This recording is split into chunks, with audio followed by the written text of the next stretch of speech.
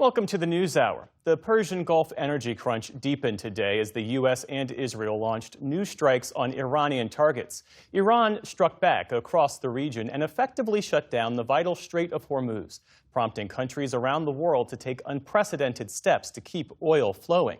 We begin tonight with special correspondent Leila Molana-Allen from Qatar.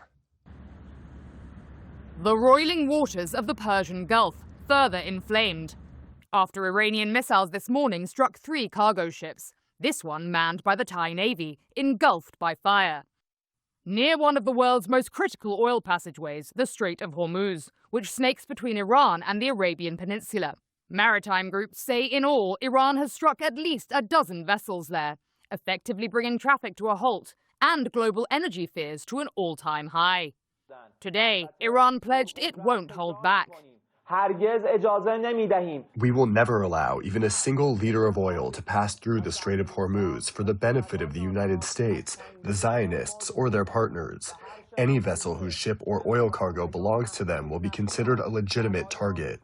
The situation has caused energy prices around the world to skyrocket. To offset the surge, an unprecedented response from the International Energy Agency, which announced it would release 400 million barrels of oil from its emergency stocks. That's roughly 20 days' worth of the Strait's exports, making it the largest distribution of reserves in history. IEA Director Fatih Birol. This is a major action aiming to alleviate the immediate impacts of the disruption in markets.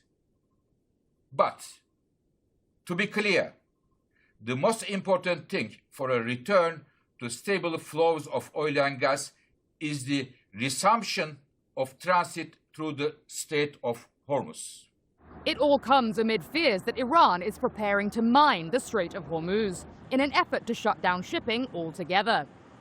Leaving the White House today, the president said U.S. oil companies should proceed with using the strait and reiterated to reporters what he told Axios, that there's, quote, practically nothing left to target in Iran. They've lost their Navy, they've lost their Air Force, they have no anti-aircraft apparatus at all, they have no radar, their leaders are gone, and we could do a lot worse. Still, joint U.S.-Israeli attacks continue across Iran, this explosion sending shockwaves through the northwestern city of Tabriz. And in the capital, bombs gutted neighborhood shops like this one. A new Israeli intelligence assessment revealed that Iran's newly installed supreme leader, Mojtaba Khamenei, was lightly wounded at the start of the war.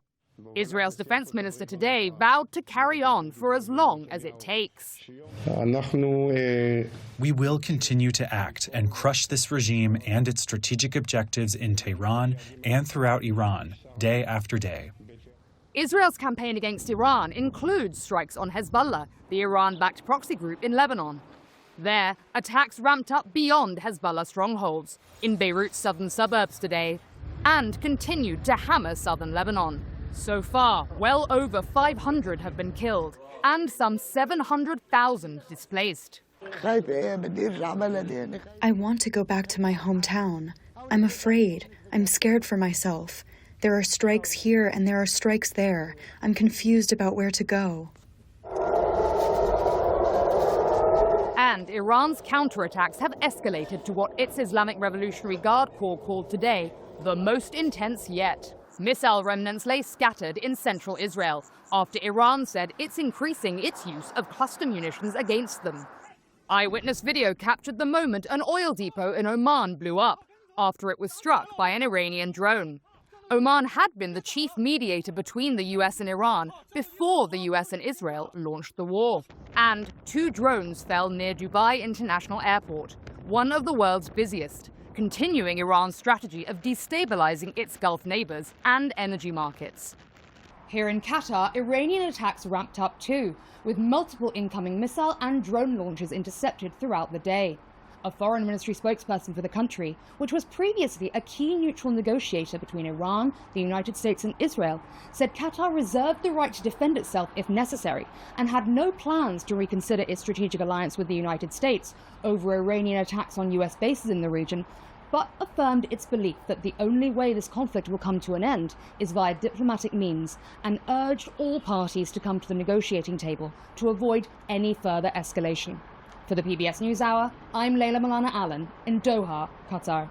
Support your local PBS station. Your local station needs you now. Your generous financial support is more critical than ever to keep your local PBS station strong. Make a gift today to continue to provide a home for the NewsHour and other programs you rely on.